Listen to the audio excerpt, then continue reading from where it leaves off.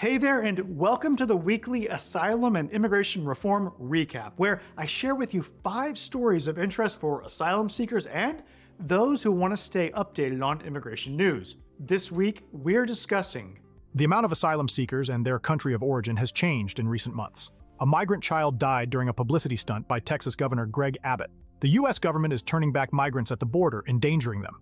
Reports paint a sad story of neglect and mistreatment at immigrant detention facilities. And revamped immigration policies may help address the U.S. labor shortage. I'm Brian Manning, and I used to be an asylum officer with the government, but now, as an asylum lawyer, I help immigrants all over the country to secure their future in America through asylum. All right, let's get to the news. First, following the end of the Title 42 policy on May 11, 2023, which allowed for immediate expulsions at the U.S.-Mexico border without hearings, there was an expectation of a surge in immigration court cases. However, this surge did not materialize, according to a report by the research entity TRAC.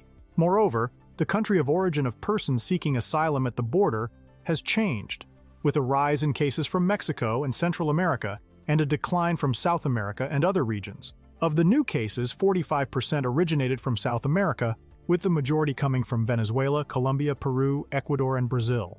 22% hailed from countries outside of the Americas, with India, Russia, and China leading the pack, followed closely by Mauritania, Uzbekistan, and Turkey. And up next for update number 2. Tragic news out of Illinois, where a 3-year-old migrant girl on a bus from Texas to Chicago died recently in what was essentially a publicity stunt aimed to make Texas Governor Greg Abbot look tough on immigration. The Texas and Florida governors have been transporting migrants from the border to cities in blue states for months. The bus the child was on started its journey in Brownsville, Texas. The child, believed to be traveling with her parents, died at a Marion County hospital. Both the Illinois health official and the Texas Division of Emergency Management verified the origin of the bus. Representatives Joaquin Castro and Jesus Chuy Garcia expressed their sadness and horror at the child's death, attributing the tragedy to Operation Lone Star's mistreatment of asylum seekers. They condemned Governor Abbott's practices and called on the Biden administration to intervene. All right, it's time for our third immigration update. So-called turnbacks by Customs and Border Protection, known as CBP, are sending asylum seekers back to lethal danger. On April 8th, a family sought asylum at the San Isidro port in Tijuana after the father had been shot by a cartel. CBP officers turned them away due to lack of an appointment through the CBP One app.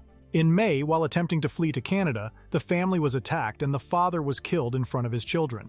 This family's story is one among many collected by the nonprofit group American Immigration Council, highlighting the CBP's turnbacks of asylum seekers without CBP One appointments. The app's unreliability and challenges have left many asylum seekers in dangerous conditions. Some have faced physical threats, poor living conditions, and other hardships while waiting for their appointments.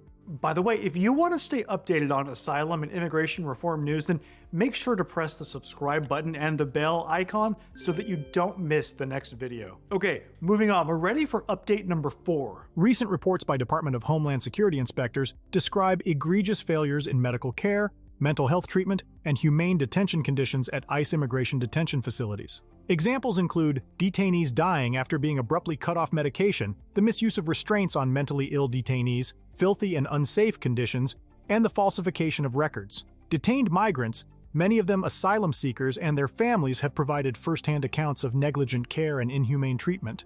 The reports reveal inadequate oversight and accountability for private companies operating detention facilities, despite the Biden administration's promises of transparency and reform. And finally, our 5th immigration update for this week. According to new reports, the U.S. is grappling with a labor shortage, exacerbated by factors like an aging population and a decreasing labor force participation since the 1990s. In 2022, the nation witnessed nearly double the job openings compared to unemployed individuals. The COVID-19 pandemic intensified this trend, pushing older citizens out of the workforce. However, the solution might lie in immigration. Between 2013 and 2021, there was a tripling in the temporary agricultural worker program and a rising demand for other visas for non-agricultural sectors. Yet these programs are limited to seasonal needs, while many industries face long-term shortages. For instance, 38% of home health aides are immigrants, and by 2060, this sector will need a 75% increase in workers. Similarly, the construction industry faces potential deficits of over 500,000 workers in 2023. Updating immigration policies, particularly for non-seasonal roles, can address this gap and sustain economic growth. And that concludes this week's immigration news. If you want to win asylum in the United States, then you should call my office today. We help people all over the country, so it doesn't matter where you are. Call us now to schedule an Asylum Strategy Session so that we can assist you in securing your future in America through asylum. Again, I'm Brian Manning, and it's an honor to serve you in your immigration journey.